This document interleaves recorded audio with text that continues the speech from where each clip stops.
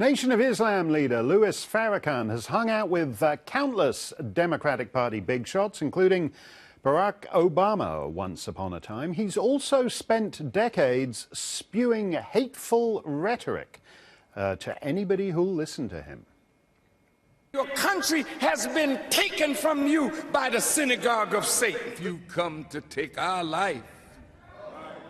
Don't be surprised if you lose your own. Farrakhan want to get an army to kill white people, because you see, white people deserve to die. Yeah, white people deserve to die. Thanks for that useful tip. Victor Davis Hanson is a senior fellow at the Hoover Institution. Congressman Todd Rokita from Indiana has just introduced a resolution in the House to condemn Farrakhan. Congressman, as far as this resolution is concerned, Keith Ellison from Minnesota, for example, who's one of Farrakhan's closest congressional allies, says this whole thing is going nowhere, nobody cares about Farrakhan, and he can get along with cozying up to Farrakhan as much as he wants. Well, it's complete hypocrisy, Mark. You've pointed it out, Dr. Hanson has pointed it out, this news organization has pointed out, but where's the rest of the media? This liberal media elite that lets all this go by. If this happened to a Republican, if there was some meeting like this, we wouldn't last one day in office, and all the news media would cover it from now until the election and beyond. And it's absolutely ridiculous that this is being covered up, and that's why one of the reasons I introduced the resolution.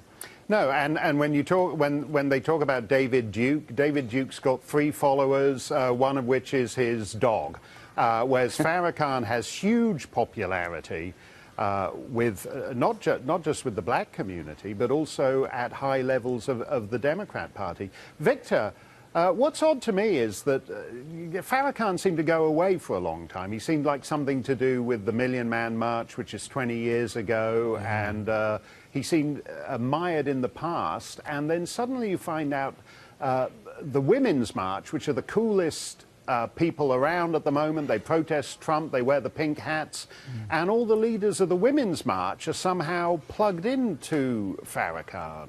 He's kind of still current, isn't he?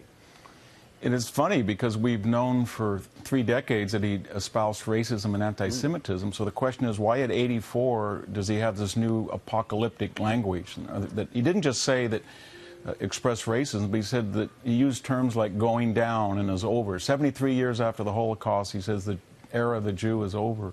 And the answer is that in this transformation from the Democratic Party of old to the new identity politics progressive party, he's useful. He's not an albatross around somebody's neck, but he's a useful asset. And you can really see that. You mentioned the Women's March, Miss Perez and Saussure and Mallory, but gosh, when Danny Davis, think about that, a congressman, says that nobody cares about Farrakhan, and he used the word the Jewish question. That was a 19th century, debate, anti-Semitic debate in Europe about the proper place of the view of the Jews. But in the hands of the Third Reich, the so-called Judenfrage, the Jewish question, was a euphemism of the Holocaust. That's so we right. have a congressman talking about the Jewish question in 2018. It's absurd, and it just reflects, you mentioned Barack Obama's photo op, but even more interesting, the photographer who took that was bewildered because he said, I don't know why they wanted to suppress it. It was common knowledge that Nation of Islam people worked on the Senate campaign. Well, it's ridiculous. It's ridiculous that I even have to introduce this resolution. It's an easy question. Do you condemn anti-Semitism? And the modern Democratic Party, as the doctor points out, can't answer the question. Right. I mean, Victor, it seems to be a byproduct of identity politics, that what matters is who you are. So that if a white man says this kind of stuff, he's alt-right, he's part of the problem at Charlottesville, Trump is called on to denounce him. If Farrakhan says this, he can say exactly the same things, and Farrakhan's identity absolves him entirely from it.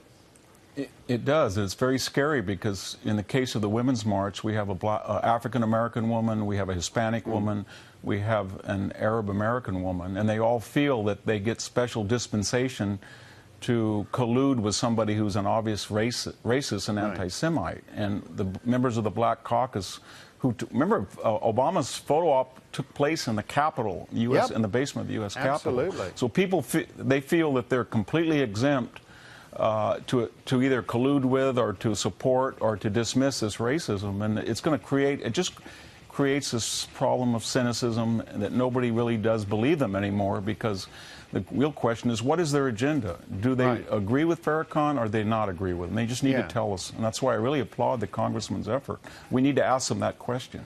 No, white people deserve to die. You can't really get any more specific than that. Professor, Congressman, thanks very much for joining us tonight.